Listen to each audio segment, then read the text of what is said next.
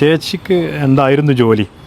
ഇത്രയൊക്കെ ചങ്കൂറ്റത്തോടു കൂടി സോഷ്യൽ മീഡിയയുടെ മുന്നിലൊക്കെ വന്ന് ഇങ്ങനെയൊക്കെ ഉഷാറായിട്ട് സംസാരിക്കാൻ എന്തായിരുന്നു? ട്രാഫിക് ജാം ഉണ്ടാവുന്നുണ്ടെന്നുള്ളതുകൊണ്ട് ടൂ വീലേഴ്സാറിന് ഫുട്പാത്തിൽ കൂടെ ഞങ്ങളെപ്പോലെയുള്ളവർ നടന്നു പോകണ്ടേ. ഇവിടേക്ക് ഒരു ഹോസ്പിറ്റലുണ്ട്, കുറേ ഇൻസ്റ്റിറ്റ്യൂഷൻസ് ഉണ്ട്, പഠിക്കുന്ന കുട്ടികളുടെ സ്ഥാപനങ്ങളുണ്ട്, മറ്റ് ഓഫീസുകളുണ്ട്. അപ്പോൾ അതിലേക്കൊക്കെ ഒരുപാട് ആളുകൾ ദിനം പ്രതി അങ്ങോട്ടും ഇങ്ങോട്ടും പോയിക്കൊണ്ടിരിക്കുന്ന ഒരു സ്ഥലമാണ്. പിന്നെ എൻ്റെ അമ്മേനെയും അച്ഛനെയും പറഞ്ഞാൽ പിന്നെ ഞാൻ നോക്കിയിരിക്കില്ല. കാരണം എനിക്ക് എൻ്റെ വഴിയാണിത്, എനിക്കിതിലെ പോയേ പറ്റൂ, നിങ്ങൾക്കിതിലെ പോകാനുള്ള റൈറ്റ് ഇല്ല. ഞാൻ പലപ്പോഴും ശ്രദ്ധിച്ചിട്ടുണ്ട്, എല്ലാവരും നോക്കി നിൽക്കാൻ അതുകൊണ്ട് ആരും നമുക്ക് ഗ്രൗണ്ട് സപ്പോർട്ട് തരില്ല.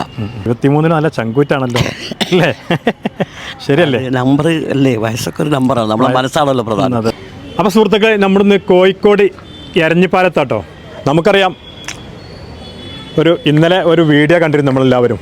ഒരു ചേച്ചി ഫുട്പാത്തൂടെ ഒരു ബൈക്ക് വന്നപ്പോൾ തടഞ്ഞു നിർത്തി നല്ല ചങ്കൂറ്റത്തോടു കൂടി ആ ബൈക്കുകാരനെ മടക്കി പറഞ്ഞേക്കുന്നൊരു വീഡിയോ ഒക്കെ കണ്ടു. ആ വീഡിയോ ഇന്ന് സോഷ്യൽ മീഡിയയിലും വാർത്താ മാധ്യമങ്ങളിലൊക്കെ വൈറലാണ്. മില്യൺ കണക്കിന് ആൾക്കാർ, ഏകദേശം എൻ്റെ അഭിപ്രായത്തിൽ 30 മില്യൺ ആൾക്കാർ ഒരു ദിവസം കൊണ്ട് ആ വീഡിയോ കണ്ടിട്ടുണ്ട്.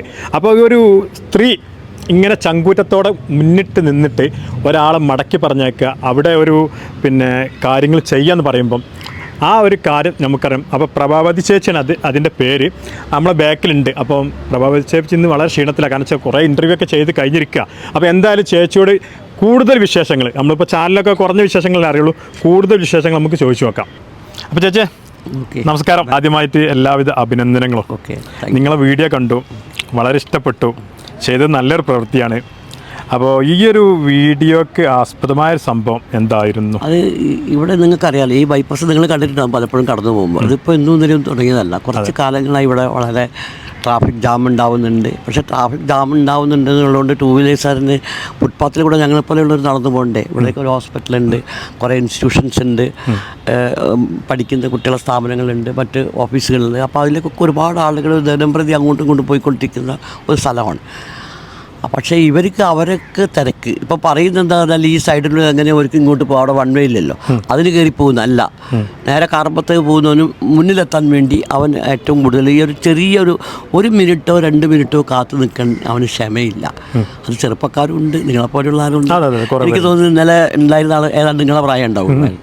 നല്ല മാന്യമായിട്ടാണ് സംസാരിച്ചിട്ടോ, അയാൾ തെറ്റായിട്ടൊന്നും സംസാരിച്ചില്ല. അപ്പോൾ അത് കാലങ്ങളായി തുടർന്ന് വരുന്നുണ്ട്. ഞാനതിന് പ്രതികരിക്കാറുണ്ട്.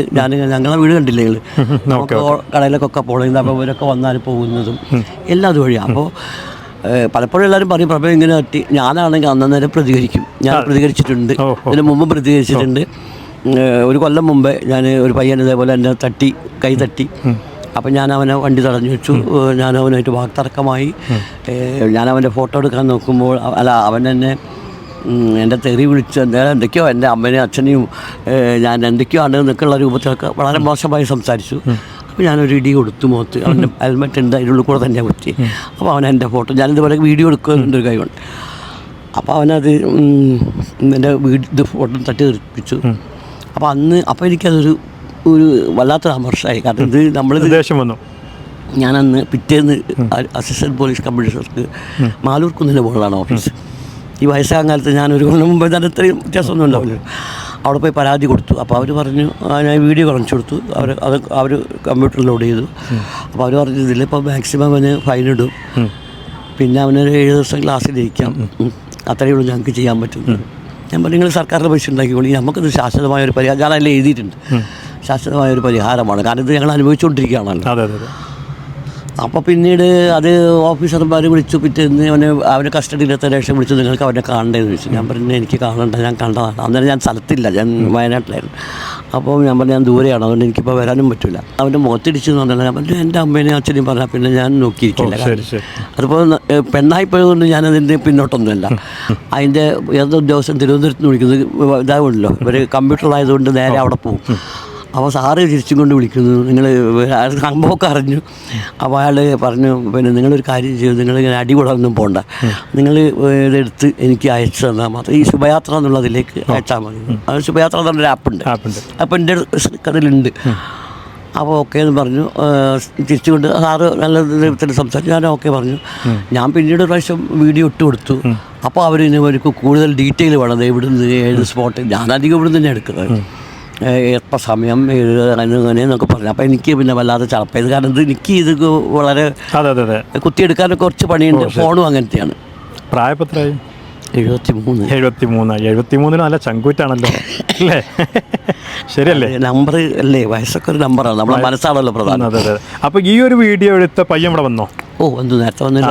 ഈ വീഡിയോ എടുക്കുന്ന ചേച്ചി ഫസ്റ്റ് കണ്ടിരുന്നോ? ഇല്ല. ഞാനപ്പോൾ ഇത് ഈ കഴിഞ്ഞ 2 ദിവസം മുമ്പാണല്ലോ. അപ്പോൾ ഞാനിവിടുന്ന് കാശ് കൊടുക്കാൻ, എനിക്ക് പഠിക്കാറുണ്ട്, ഇവിടെ കുറച്ച് ചെറിയൊരു പണിയുണ്ട്. അപ്പോൾ കാശ് കൊടുക്കാൻ വേണ്ടി അവനോട് സാധനം അവിടെ നിന്ന് മേടിച്ചാൽ ഞാൻ കൊടുത്തുള്ള കാശ് എന്ന് പറഞ്ഞാൽ ഒരു പൈപ്പിൻ്റെ കഷ്ണം വാങ്ങാനുണ്ട്. അപ്പോൾ ഞാൻ ആ കാശ് കൊടുക്കാൻ വേണ്ടി അങ്ങോട്ട് പോയതാണ്. 1 മണി ഏതാണ്ട് സമയമാണ്. അപ്പോൾ പോകുമ്പോൾ ഇവന് ഇങ്ങനെ വരുന്നു, നിങ്ങൾ കണ്ടല്ലോ വീഡിയോ. അപ്പോൾ അതാണ് സംഭവം. അപ്പോൾ അവൻ എന്നോട് പറയുന്നത് എന്താണെന്ന് വെച്ചാൽ മാറി നിൽക്കൂന്നാണ് പറയുന്നത്. മാറി നിൽക്കും. ഞാൻ അവന് പോകണം, നിങ്ങൾ മാറി നിൽക്കൂ, ഞാൻ സൈഡ് കൊടുക്കണം. അപ്പോൾ ഞാൻ എങ്ങോട്ട് സൈഡ് കൊടുക്കും? ഇവിടെ മറ്റേ നമ്മളെ കമ്പി, ഇപ്പുറത്തുള്ളത് എന്ന് പറഞ്ഞാൽ നമ്മളെ ഈ കുണ്ടും കുഴിയും ചപ്പും ചവറുകളൊക്കെ ഉള്ള സ്ഥലം. അപ്പോൾ ഇവൻ അത് പറഞ്ഞപ്പോൾ ഞാൻ ചോദിച്ചു റോഡിലേക്കാണോ മാറേണ്ടത് ചോദിച്ചു.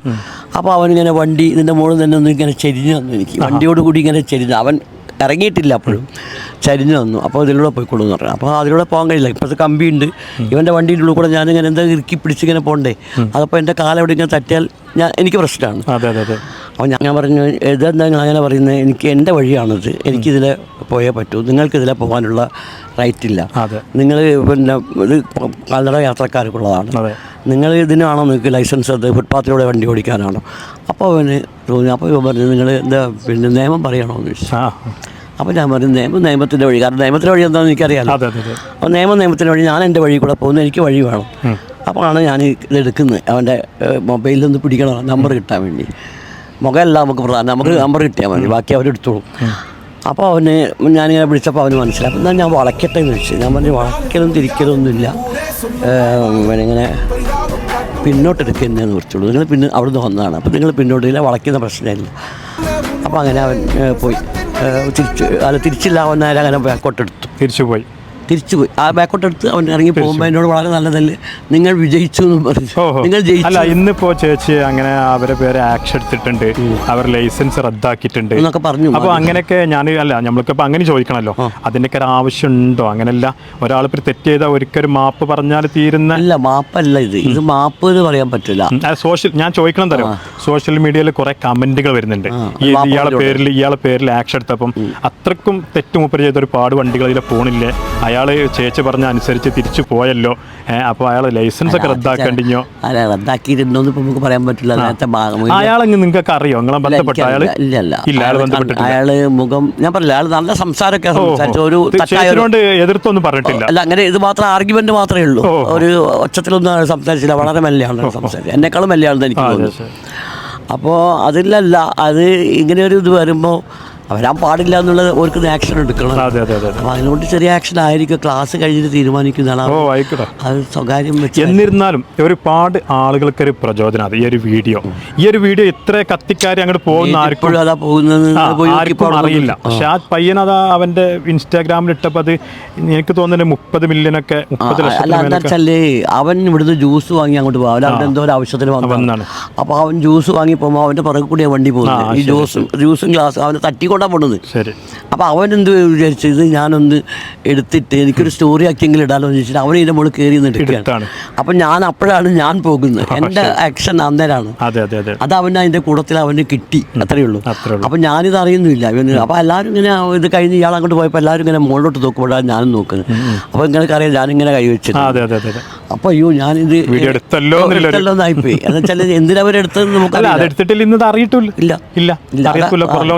അറിയില്ല. അപ്പോൾ ഇനിയിപ്പോൾ അതൊക്കെ വഹിച്ചു നിർത്തിയാൽ ചേച്ചിക്ക് എന്തായിരുന്നു ജോലി?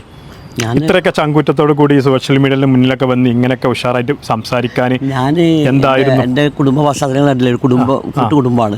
അപ്പോൾ അതിൽ നമുക്ക് ചെറുപ്പത്തിലൊരു ബോട്ട് നമ്മൾ കുറേ കുട്ടികളുണ്ടാവും. അപ്പോൾ ഇതിനേക്കാളും കൂടുതൽ കുട്ടികളായിരിക്കും. ഇതിപ്പോൾ പ്രാർത്ഥിക്കാനായിട്ട് വരുന്നതാണ്. നമുക്ക് ഡെയിലി ഇവിടെ കുട്ടികൾ ഇതിൻ്റെ ചുറ്റുപാടുള്ളവരൊക്കെ കളിക്കാൻ വേണ്ടി വരും. അപ്പം ഞങ്ങൾ ആൺപെണ്ണ് വ്യത്യാസമൊന്നുമില്ല. എല്ലാവരും ഞങ്ങൾ ഓടി കളിക്കുന്നു, പോലീസും കളറും കളിക്കുന്നു. പിന്നെ ഇവിടെ പുല്ല് നെല്ല് കൊയ്യാനൊക്കെ ഉണ്ട്, അപ്പോൾ പുല്ല് കൂടെ ഉണ്ടാക്കുന്നു, അതിൻ്റെ മുകളിൽ ഓടി പറയുന്നു, ചാടി പറയുന്നു. ഉത്സവം വരുമ്പോൾ ഇവിടുത്തെ ക്ലീനിങ്ങും കാര്യങ്ങളൊക്കെ ഞങ്ങൾ ചെറുപ്പത്തിലൊന്നും നടന്നില്ല. അന്ന് പണ്ട് ഇതിൻ്റെയൊക്കെ ഒരു ഇതൊന്നും അങ്ങനെ ഞങ്ങളൊരു അവിടെ ആൺ പെൺ എന്നിട്ട് വ്യത്യാസമില്ലാതെ ഞങ്ങൾ ഇവിടെ വീട്ടിൽ ആരൊക്കെയുണ്ട് ചേച്ചിക്ക്? ഇപ്പം ഞാൻ മാത്രമേ ഉള്ളൂ. എൻ്റെ ചേച്ചി വന്നിട്ടുണ്ട്, അവർക്ക് സുഖമില്ലാത്ത. ഇന്നിപ്പോ കുറെ വീഡിയോക്കാരൊക്കെ വന്നോ? ഇന്നായിരിക്കും കൂടുതൽ ആളുകൾ വന്നത്. ഇഷ്ടം പോലെ ഇന്നലെ മുതലുണ്ട്.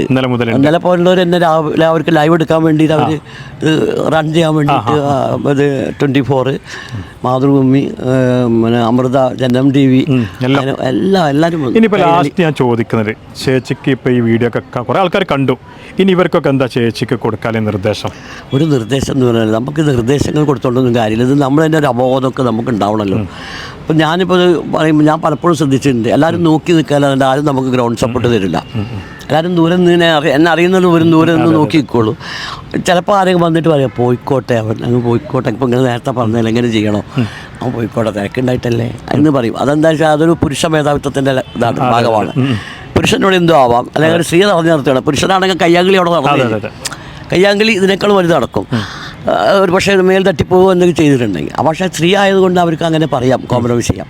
പക്ഷെ അതല്ലല്ലോ. ഇനിയിപ്പോൾ ഞാൻ ചോദിക്കുന്നത് ലാസ്റ്റ് ഒരു ചോദ്യം. ഈ വീഡിയോ ഇപ്പോൾ ആ ആളിത് എന്തായാലും കാണുമല്ലോ, നിങ്ങൾ പിന്നെ തടഞ്ഞ് തിരിച്ചു പോയ ആള്, അവർ കാണുമ്പോൾ ഇപ്പോൾ അവർക്കിപ്പോൾ ചേച്ചിനോട് വളരെ ഒരു സങ്കടം തോന്നും. വിരോധം തോന്നാൻ ചാൻസ് ഇല്ല, സങ്കടമായിട്ട് തോന്നും. കാരണം വെച്ചാൽ ഞാനത് തിരിച്ചു പോകുന്നല്ലോ. അവരെ നിങ്ങൾ കോണ്ടാക്ട് ചെയ്യാൻ പറ്റുകയാണെങ്കിൽ എന്തെങ്കിലും നിങ്ങളെന്താ അവർക്ക് കൊടുക്കുക, എന്താ നിർദ്ദേശം? അല്ല, നമ്മൾ പറയേണ്ടതാണ് ഇങ്ങനെ ഇത് ചെയ്യാൻ പാടില്ല, പ്രത്യേകിച്ച് പ്രായമുള്ളവരോട് ഇങ്ങനെ പെരുമാറാൻ പാടില്ല. പിന്നെ ഒന്നാമത് ഇവിടെ ഒരുപാട് രോഗികൾ പോകുന്ന സ്ഥലമാണ്, ഈ ഹോസ്പിറ്റലിലേക്ക് ഒരുപാട് രോഗികൾ പോകുന്ന സ്ഥലം. അപ്പോൾ അതുകൊണ്ടുള്ള ഒരു ബുദ്ധിമുട്ടുണ്ടാവും. ഓക്കെ. അപ്പോൾ സുഹൃത്തുക്കളെ, ഇതാണ് നമ്മുടെ വൈറൽ താരം പ്രഭാവതി ചേച്ചി. വയസ്സ് 73 കഴിഞ്ഞിട്ടോ ഇന്നും നല്ല ചങ്കൂറ്റത്തോടു കൂടി ആരുടെ മുന്നിലും എന്തും പറയാൻ തയ്യാറാണ്. നിയമവശങ്ങളൊക്കെ ചേച്ചി അതൊക്കെ പഠിച്ചിട്ടുണ്ട്. അപ്പോൾ ഇന്നലെ നമ്മൾ കണ്ട വീഡിയോ അതൊരു സംഭവമായിരുന്നു. ചേച്ചി അദ്ദേഹത്തിന് നിർദ്ദേശങ്ങൾ കൊടുത്തു. ലാസ്റ്റ് ഘട്ടമാണ് അദ്ദേഹം. അപ്പോൾ ചേച്ചി പറഞ്ഞു അദ്ദേഹം ഒന്നും പറഞ്ഞിട്ടില്ല, നല്ല രീതിയിലാണ് മൂപ്പര് പെരുമാറി, നല്ല രീതിയിൽ പോയത്. എന്തായാലും ഇന്നിപ്പോൾ ആകെ വൈറലായി MVD ഒക്കെ വന്ന് ആദരിച്ചു അല്ലേ, പല സ്ഥലത്തുനിന്ന് വിളിച്ചു. പിന്നെ മന്ത്രി ഗണേഷ് കുമാർ വിളിച്ച എല്ലാവരും റിപ്പോർട്ടർ ചാനലിൻ്റെ കൂടെ ചേർന്ന് അവർ വിളിച്ചു നിർദ്ദേശങ്ങളൊക്കെ കൊടുത്തു, ചേച്ചിക്ക് അഭിനന്ദനങ്ങൾ അറിയിച്ചു. അപ്പോൾ എന്തായാലും ഇതുപോലത്തെ ചേച്ചിമാർ നമ്മുടെ നാടിനൊരു മാതൃകയാണ്. അപ്പോൾ ചേച്ചി എന്തായാലും ചെയ്തൊരു പ്രവൃത്തി വളരെ അഭിനന്ദനാർഹമാണ്. അപ്പോൾ എന്തായാലും ഇതോടുകൂടി നമ്മൾ ചെറിയ വീഡിയോ വൈൻഡപ്പാണ്. അപ്പോൾ ചേച്ചിയെ കണ്ടതിലും ഇത്രയും കാര്യങ്ങൾ വിശദമായിട്ട് പറഞ്ഞ സന്തോഷം. അപ്പം ഇനിയും ഒരുപാട് കാലങ്ങൾ ഇതുപോലത്തെ കാര്യങ്ങളൊക്കെ ചെയ്യാൻ ചേച്ചിക്ക് ദൈവം ആയുസ് നീട്ടി തരട്ടെ എന്ന് നമ്മൾ പ്രാർത്ഥിക്കുകയാണ്. അപ്പോൾ എന്തായാലും സന്തോഷമുണ്ട്. ഓക്കെ.